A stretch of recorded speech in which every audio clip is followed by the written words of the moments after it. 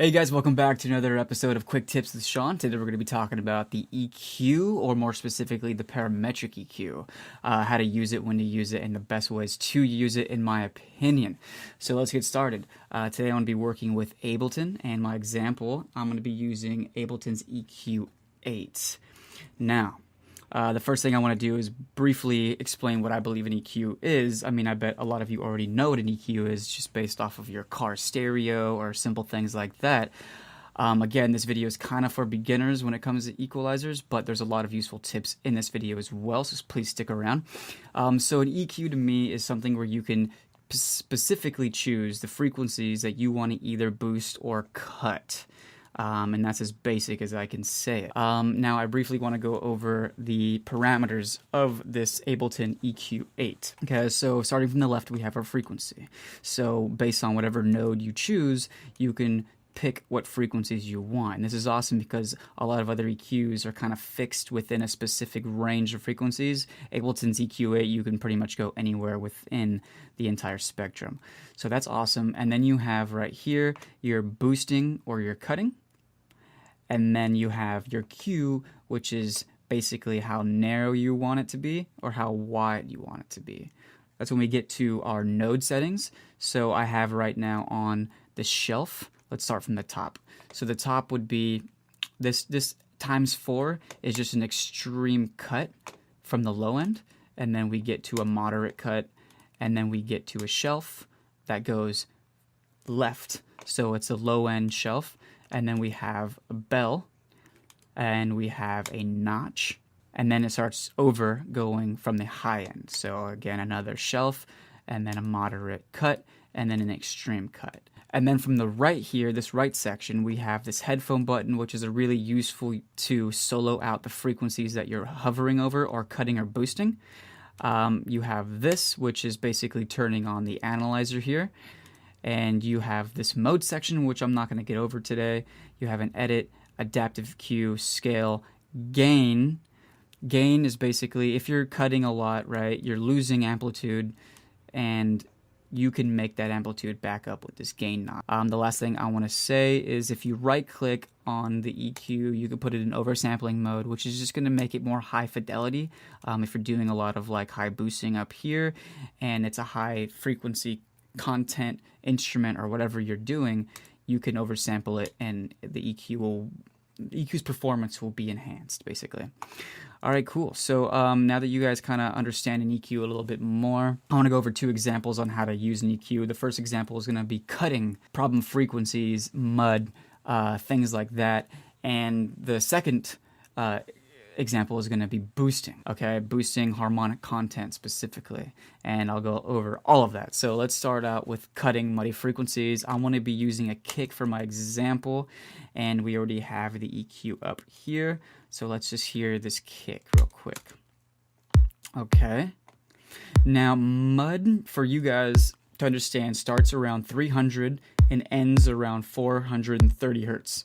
So a good tip to hover around is to use the sweeping method.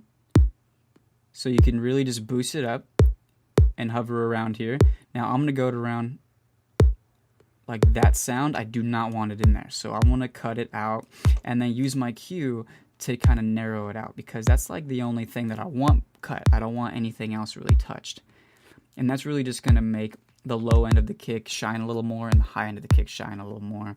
And it's going to just remove this middle stuff that I don't really need too much. And now, and with it, without it, and with it, just comes a little bit more punchy. And you could always make up where you take away. So right here, I can kind of bring up a little bit, and then I can use another band to kind of bring up right before it. And that will kind of make up the loss. And then you can also just kind of, bring it up a little bit. But again, I would only use the gain when you're doing a lot of cutting. So this is a technique that you can use pretty much on any instrument or any group of instruments or anything that has that mid-range mud. I wouldn't advise you to do this to everything, but pretty much anything that has those frequencies is going to have muddy frequencies. And I'm going to leave a link in the description to show you like a graph and the whole spectrum content and the characteristics that coincide with the frequencies. So you guys can understand, the look and the feel of the frequency spectrum and the characteristics. I'm going to move on to boosting. So if you're working on a song, you're definitely going to be working inside of a key. So whatever that key is, you're going to have a fundamental frequency, and then you're going to have a doubling, which is going to be your harmonic content, right? Your harmonics.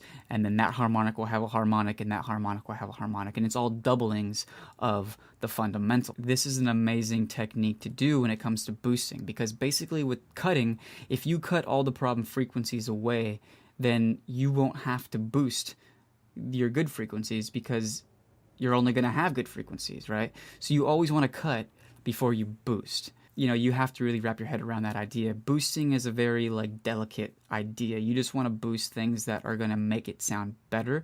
You don't want to boost because you want to overpower the bad frequencies. So what I'm going to do for my boosting is I'm going to go to my Rhodes track here. Let's solo that out and open up this EQ again.